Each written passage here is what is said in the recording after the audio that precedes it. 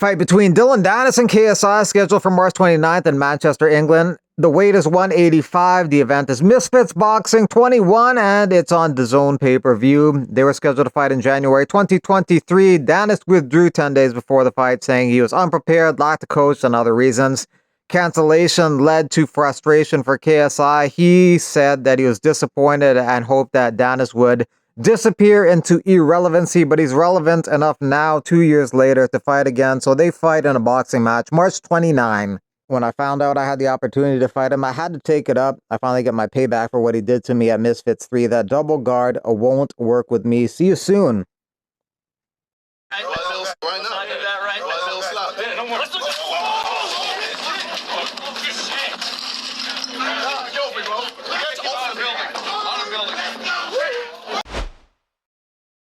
UFC press conference for 312 on Thursday, 6 p.m. Strickland and DDP might have some interesting interactions there. Ohio been training with Strickland. It'll be awkward if we got a fight, but we had so many good rounds in the gym for free. Why not make some good money with it? It's the fight business. Strickland doesn't rule out the possibility of wrestling a bit in the fight with DDP, but it's not his first choice. He wants to just box. Nina's out here in Sydney protecting the bats from the Chinese. We're doing real good.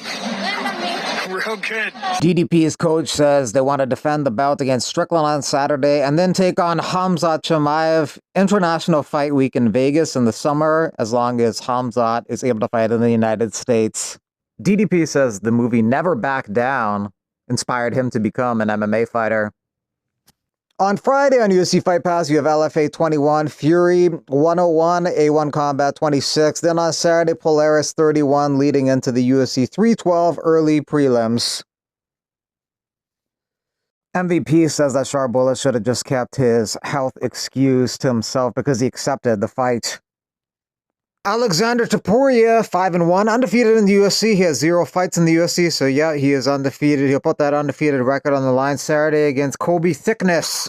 Topuria is one of the biggest favorites on Saturday, but the record of his opponents ain't that great. 16-40, 9-1. Topuria is 5-1. His opponent, Kobe Thickness, is 7-0. It'll be interesting to see how that goes and the dynamic between Ilia Topuria in the corner of his brother and Volk in the corner of Thickness. Carlos Pratas asking Dana White for a fight. He wants some money. They should just keep putting him up against strikers, and that's going to be entertaining and a really high chance of him winning. Martin Budai versus Kennedy and Nzechukwu on April 5th on that fight night card. Both guys are just outside of the rankings. It would make sense for Kennedy to be in the rankings over a guy like Dontel Mays, who's number 14, but these guys are probably between 16 and 20. Weili Zhang's only been stopped 1 time in 28 fights. Tatiana Suarez is looking to become the second woman to do that on Saturday. I obviously go out there to finish the fight every single time I go out there. That's just who I am. Like, I go to practice and I wonder how many submissions I can get today.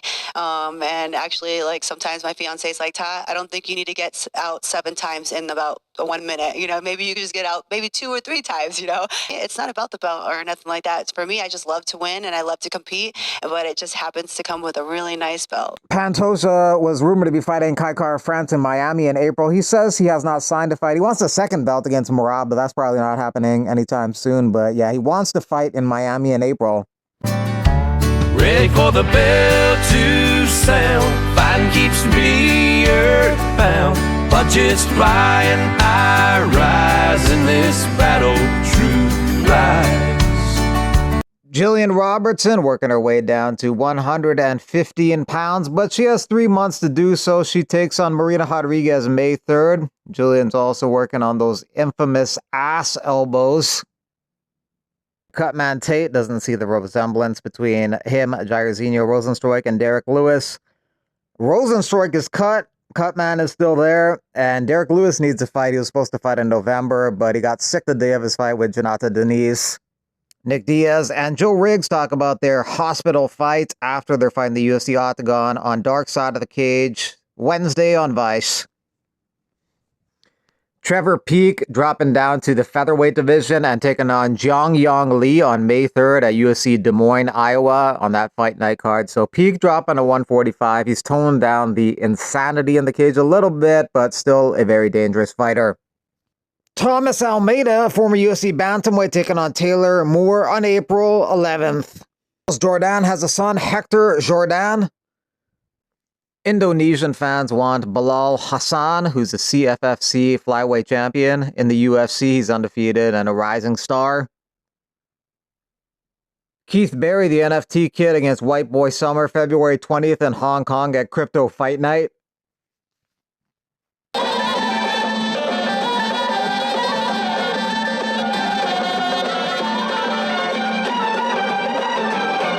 All talk of Conor McGregor boxing Logan Paul in India in an exhibition went down the toilet, but they had an interaction at Trump's inauguration. Peace treaty as we can. And, McGregor, he was very respectful, cracked out. The guy's got issues. He just has so much energy at 7:30 a.m. Theo Von said he got a Zin lodged in his brain. No, he looked sober at that time, which he confused all. Use this nexus to me. He said he's going to, slap me, Jake, and KSI, and then you can see me and Jake, belly laughing at what used to be, one of the scariest, baddest men on the planet. And as a person who's, used to be a big fan of Conor McGregor, back in the day, I actually felt sad. This is a statement that at one point would have, actually, made us feel fear. And now two YouTubers are laughing at this washed up, cracked out fighter who's unhinged, and there's no truth in what he's saying. Yeah, but I don't get what you're saying because he'll still work your ass. What's overrated when you're in Amsterdam? What should people not do? Go to Anne Frank's house. Yeah. Well, Well, it's just a house. it's just a house. And she's not there, Yeah. She's What's up, guys? It's your boy Eric Anders, and Saturday, March 8th, I'll be competing at the Summit Grappling Tournament at the Moody Civic Center here locally in Birmingham, Alabama.